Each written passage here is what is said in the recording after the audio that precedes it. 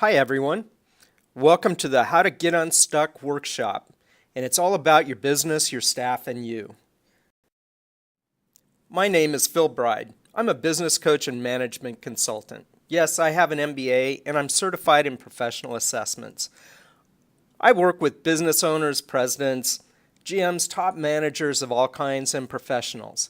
What I really do is I help them get unstuck and make things happen so that they can increase their results, their margins, and move in a direction they want. During this workshop, you'll learn the things that get businesses and people stuck and how to get out of that, what to do about it. At the end of the workshop, you'll have an opportunity to ask questions and get with me, and so we can dive into it in detail. But for now, let's go into the workshop itself. When people in business get stuck, they go through a whole host of things. On the left, you'll see what people typically experience when they get stuck. Things like motivation and not sure about the next step. You can read the list here.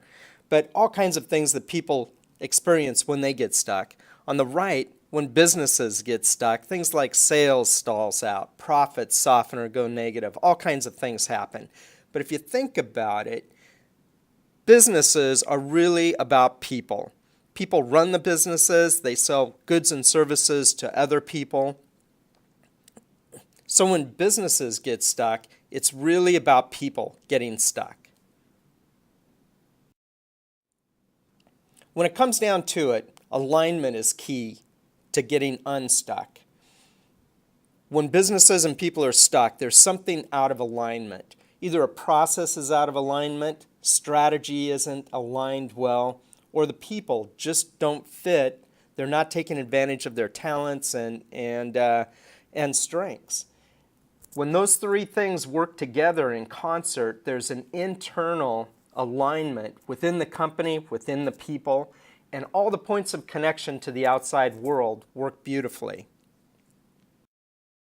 So, when somebody gets stuck, like this poor guy here, he's sitting in deep sand trying to let pressure out of his tire.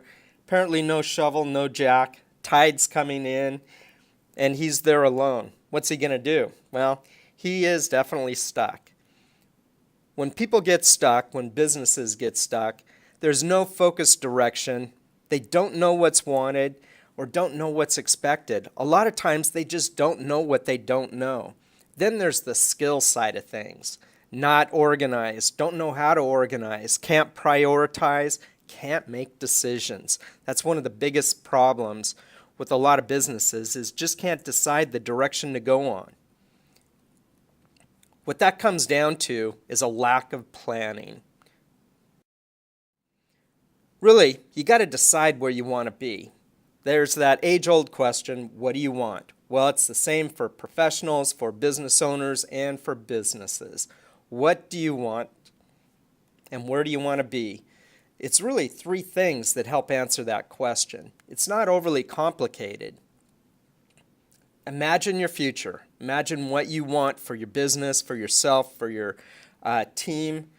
Know your values. That means knowing yourself really well. And set goals. Now, it's easy to write down, easy to present, easy to say. It's hard to do. Got to spend the time. It's not an afternoon exercise. This is something that is really skill-based and will take time to develop. When it's in place, you get the right people on your team, you're able to prioritize and delegate, and you know why you're doing what you're doing. You can handle obstacles, know the direction to go, and problem solving skyrockets. All kinds of benefits happen when you really understand where you want to be.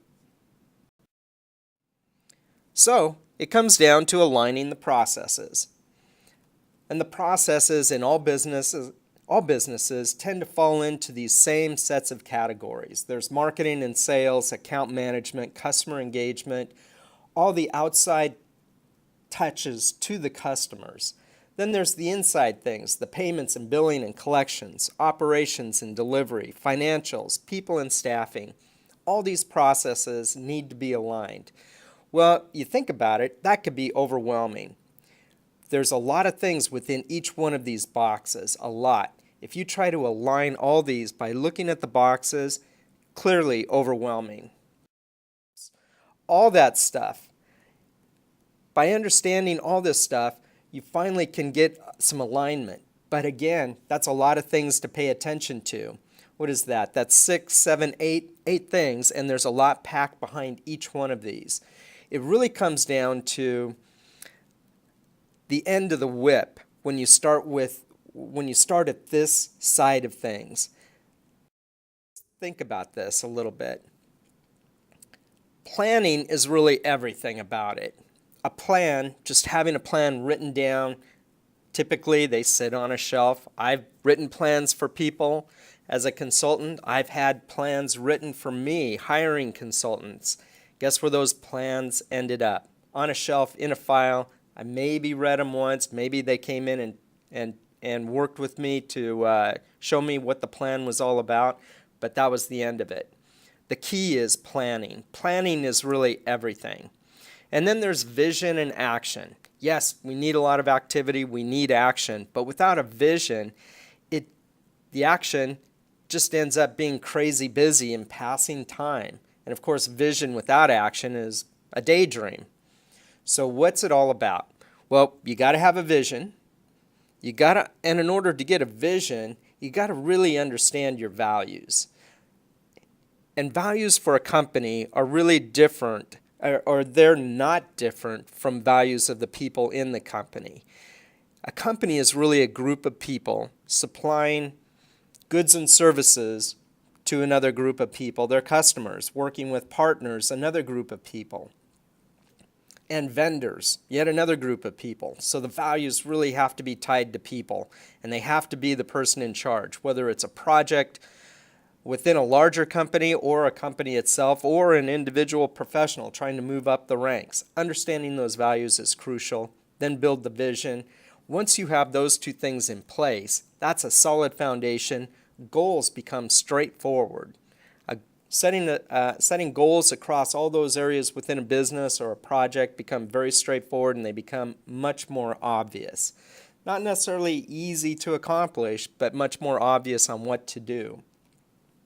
Then action plans flow out of it. Prioritization becomes much easier to work with and to decide. Accountability becomes doable. And of course, the measurables, the KPIs, key performance indicators, become much more obvious and clearer to which ones to choose, and then schedules pop out.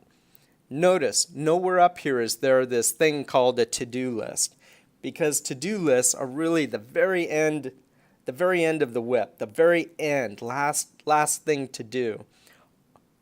And those are not even necessary. Getting the plans, the action plans, is really what it's all about. Getting all these things aligned to your values and vision is key. That's based on knowing yourself well. Let that sink in a minute. In order to run a company, run a business, run a project, move up the ranks as a professional, you've got to know yourself well. As you move up, everyone else will know you better than you do if you don't pay attention to it. Knowing yourself well is key. Knowing your values, knowing your strengths, weaknesses, all that's key. Running a business really is the greatest self-improvement exercise you can ever go on. Every weakness will be put under a microscope. We all know the manager out there who thinks he's got everything under control, and everybody understands his weaknesses or her weaknesses, but that person is in complete denial about them. We've seen the people like it. Maybe we've been that person at one point or another. I know I have.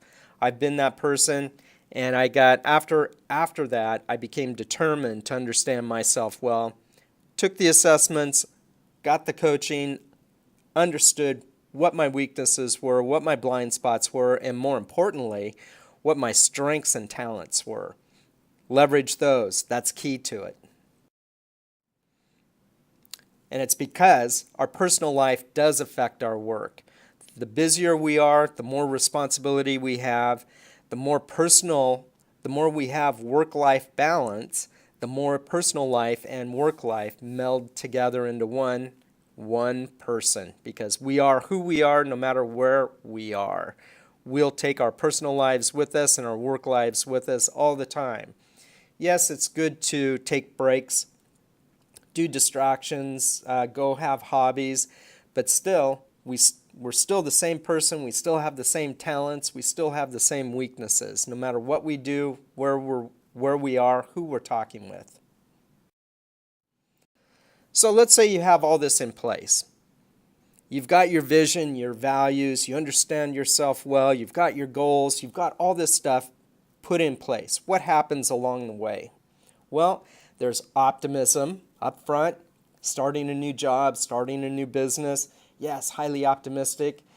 Then it becomes we become very pragmatic. We start to run into some obstacles. One thing happens, another, and we beat them. We overcome those obstacles, and we're still climbing. Things are going good. Then we start to become more realistic as some of the obstacles are out of our control. Something in the economy happened, something that a vendor or a customer did that we have no control over. And we have to deal with the realism of the situation we're in. Then more things could mount. In business, all kinds of things happen. Maybe a project fails or there's some severe issue somewhere in the process, and pessimism starts to set in because it seems like there's roadblocks everywhere and things aren't working out. Well, the question is, what kind of leader are you as you go through this process? Everybody who puts themselves out there will go through some kind of process like that. So, what kind of leader are you? Are you an aspiring leader? An achieving leader? Aspiring leaders have aspirations to make things happen. Achieving leaders not only have the aspirations, they are making things happen. But now here's the catch. There's always a catch. There's things that happen when we get out there and start leading, start doing things, like we become stuck. Projects don't work out right. Different obstacles happen. We don't have solutions to them. Or we become overwhelmed with all the activities, all the incoming phone calls and demands and emails and all this stuff. Or maybe we just plain get lost. We lost our way as a leader. We don't know where we want to go anymore. We decided the things that we were doing were not quite right. Or we become floating. A floating leader is somebody who just kind of like, I don't know what to do, and I'm just kind of gonna go with the flow. Gonna follow the demands. If somebody wants something, I'll say yes to it and I'll just go with it. Or we become a crashed leader. Projects just plain fail. If you've ever been a leader, business owner, out there putting yourself out there in a big way, you've been through most, if not all of these. The question is, how do you get out of the fog bank at the bottom of this and move up into the light, into an aspiring leader and achieving leader? Well, that comes down to engagement within yourself and with the people around you, and that's leadership. Knowing yourself well is key to this, absolutely key. Setting a direction aligned with knowing yourself well.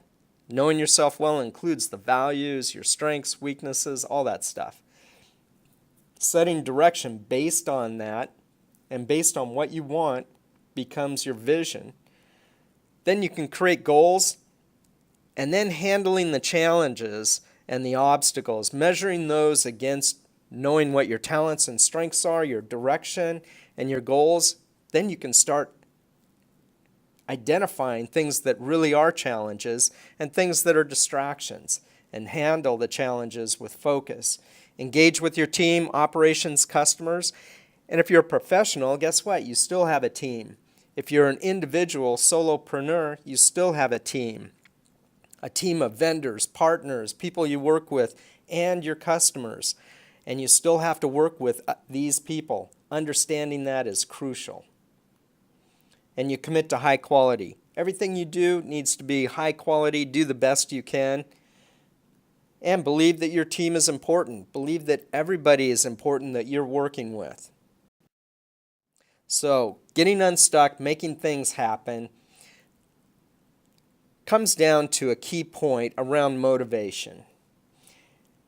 Motivation sometimes can be a big challenge. And that motivation is internal. We can only motivate ourselves, but we can set up the environment to help others be motivated as well.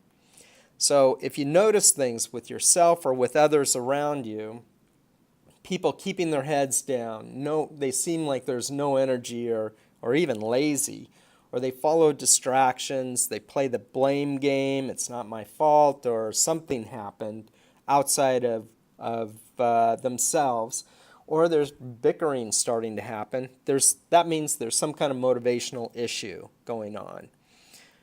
Motivation comes from several things. It can come from several things. One of them is no clear direction, or I don't know what I don't know.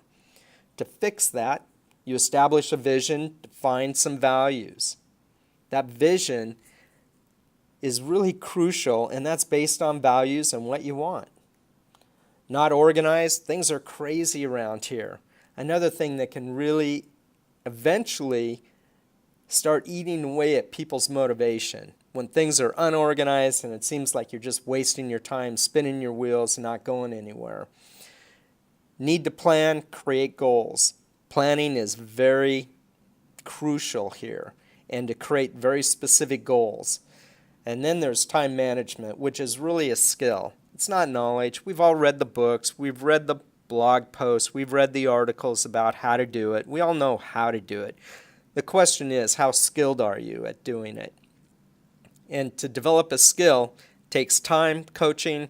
It takes a dedicated, focused effort to really get good at time management. Same thing with teamwork. Teamwork will help things get organized, and teamwork is all about trusting the people that you work with, trusting that they can get it done, finding out their strengths and weaknesses and your own, and leveraging strengths. Don't know what's expected or wanted? That comes down to communication. Communication, according to Harvard Business Review set of articles, they love doing studies on businesses and executives.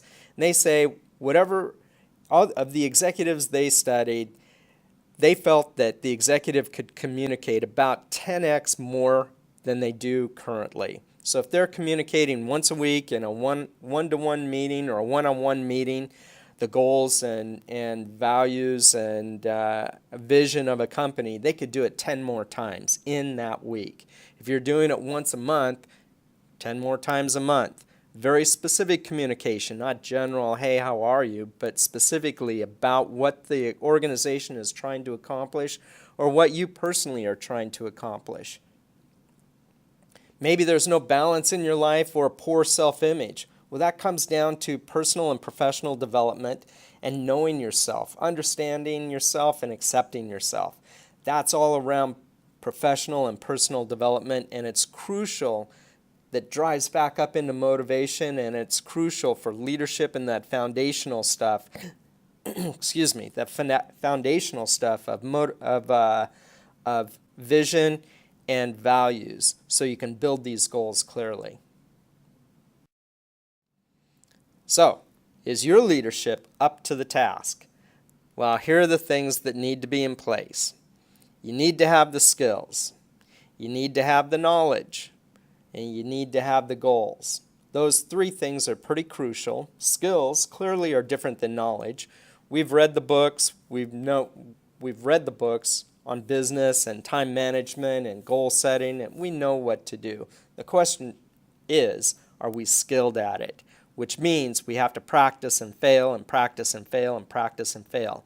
Just like learning golf, just like learning a new language, any skill requires practice, practice, practice, and continuing to get better. Then, of course, you need to know your job. Most people that move into some kind of leadership position or own a business really don't know their job. It's amazing. The people that I work with, often when they first move into the job, they really don't know what they're doing. They continue to do what they did before, so they knew their previous job really well, but their new job, they just don't know. That is a skill development. It's a knowledge and skill development, and it's crucial in it. Then there's the big multiplier across this whole thing, which is attitudes. Attitudes makes a huge difference. Do you have a positive attitude, a negative attitude, or is it somewhere in the middle? Well, better understand where you sit on the attitude scale, and we'll talk about that. If you have these things in place, you become someone worth following. Here's an equation for those geeks out there. This is the equation of what we just talked about. On the far right is improved results, and that comes from positive behavior change, which is the result of setting goals, smart goals, goals well-defined, well-aligned, plus knowledge and skills. Now, you add the attitude, and that becomes a multiplier across skills and knowledge. You could have a really bad attitude, high skills, high knowledge, great goals, and you're not going to do anything. Things are just not going to happen. You could have a fantastic attitude, absolutely wildly positive attitude, and not much skill, not much knowledge, but great goals, well-aligned goals, and you will take over whatever you're going after. The attitude is a huge game changer. And look at the attitude scale down below. The easy ones are wildly positive and highly negative attitudes, but it's those things in the middle that most professionals suffer from. Right in the middle, not wildly positive, but slightly positive, or slightly negative to downright very negative. That's the danger zone. Could even be just slightly positive, and it could ruin all the skills and knowledge you work so hard to get at. So please, please, please understand yourself well, understand your attitudes, and then develop the skills and knowledge, set those goals, and you will be off and running. That's the foundational stuff to really get yourself unstuck. So another question for you is, what's your game? Are you in it for the short game? The quick gain, making money quickly, selling the business, getting out, get the job, retire, go off, get rich, whatever it is. Are you in it for the short game, or are you in it for the long game? Here's a guy, famous guy from 30 years ago. And he said, look, I ain't in this for your revolution, and I'm not in it for you, princess. I expect to be well paid. I'm in it for the money. Right now, right here, the short game. Han Solo, the beginning of the movie. By the end of the movie of Star Wars, he was in it for the long game. It really comes down to making that decision to get in it for the long game. So go out there, get unstuck, make things happen. I'm Phil Bride. My website is philbride.com, business coaching, management consulting, and on philbride.com I have weekly thoughts and musings on leadership best practices, strategy, execution, growth, all the stuff we talked about here, plus a lot more. And I'd like to thank University of Portland Pamplin School of Business for helping sponsor this workshop. You can find them at business.up.edu. Now, as I said up front, for those of you who want more, I am offering a free 30-minute working session about your situation. We can sit down, talk about your situation, what causes you to get stuck, or what things you want to have happen. Send me an email or give me a call. If you send me an email, write free 30 on it, and I'll know what you're talking about. And let's talk. Set some time up. Let's do it. Thank you very much. Hope you enjoyed it, and I look forward to talking to you.